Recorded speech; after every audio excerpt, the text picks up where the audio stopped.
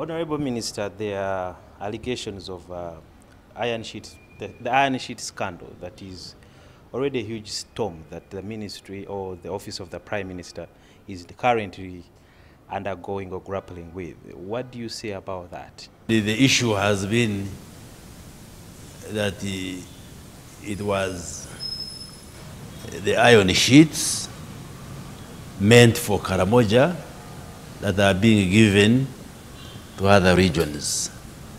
But the Right Honorable Prime Minister has also said no.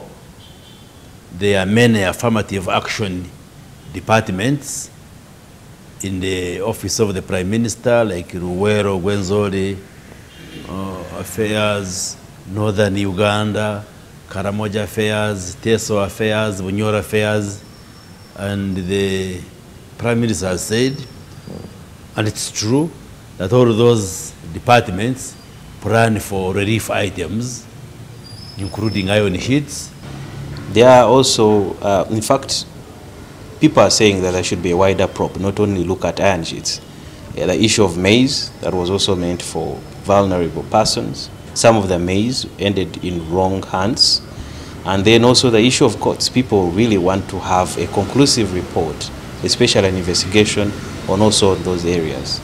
What do you say about that? No problem. The NRM government does not condone corruption because we are in leadership on behalf of the people of Uganda who vote for us. And anything which is meant for the people should go to the people. And irrespective of which position you hold in the government, if you are found to be on the wrong side of the law, then the law should deal with you. When you look at this arrangement, do you really think, even if, let's say, the allegations were not true, do you really think it's right for the office of the Prime Minister to allocate iron sheets and just give a notice to whichever minister so and so, and then they are the ones to receive these items on behalf of people? Yet you have RDCs, you have district chairpersons, you have fully fledged, teams at the district to handle and even manage these things. I have to understand exactly how it was done. But do you really think it's right? Just hold on. Because, let me tell you, sometimes items can be allocated to a district, and then you find even the district doesn't have resources to transport. So when do you turn your home a government store? At what point did you turn it into a government store? Okay, you've participated in that transportation, yes, because of numerous challenges. But when these items reach, are they supposed to be kept in your home, or they are supposed to be going to the district stores? Well, the office of the Prime Minister has an arrangement where actually most of these relief items are delivered through the office of the cow. So that's why I'm saying the investigation should find out what circumstances obtained to find ourselves in the situation where the ministers were the ones who were picking. For me, whether they are kept for 1 week or 1 day will not be a big issue. The issue is, did the iron sheets eventually reach the beneficiaries? Can the minister account for where these iron sheets have gone? And where I would have an issue is where somebody has used the iron sheets for personal gain, either by roofing a personal house or a personal facility, or where he or she has sold them, then I would have issue with that minister. So if the iron sheets are supposed to be taken to Karamoja, let's say, give an example. Yes. And they end up in a store in Mbali, in one of the leaders' home. And they are kept there. Yes.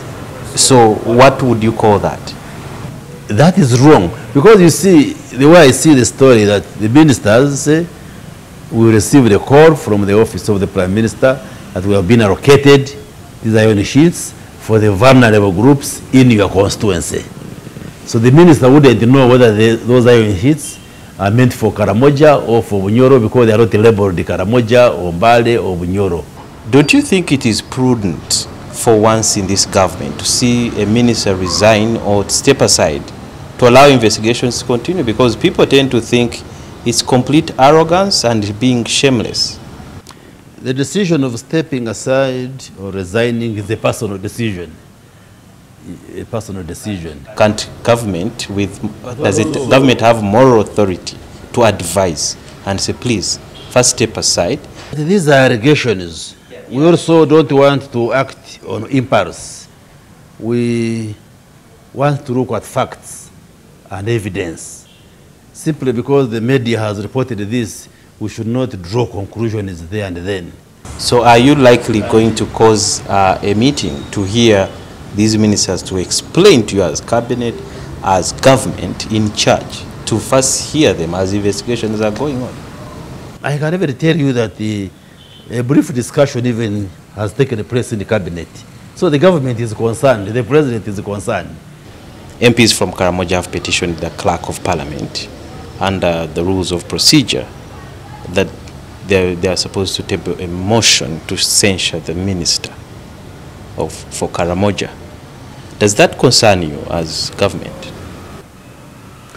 Well, now the Speaker of Parliament, I read, has directed the committee to carry out investigations.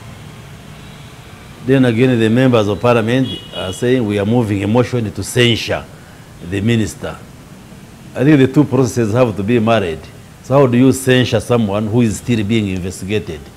So I think Parliament will have to harmonize those processes, and my guidance would be, I think it would be important to wait for the investigation, and then depending on what the investigation has come out with, then appropriate action can take place. In this situation where push has come to shove, are there any lessons that as government you have learned? Yes, definitely. The office of the Prime Minister is not the first issue that has come up with respect to management of public affairs in the office of the Prime Minister. There have been scandals in the past, as we all know. One of the lessons that we draw, and I think we shall have to discuss it within the government, is that maybe we needed to restructure the office of the Prime Minister, because the Prime Minister or the office of the Prime Minister primarily is supposed to be a coordination and an oversight office to coordinate government actions and also oversee the entire government service. But I think the way the office is structured now, it combines both coordination and oversight as well as the implementation of various interventions. Maybe there may be need to separate those two roles. Thank you so much for according us your time. Thank you. Thank you very much.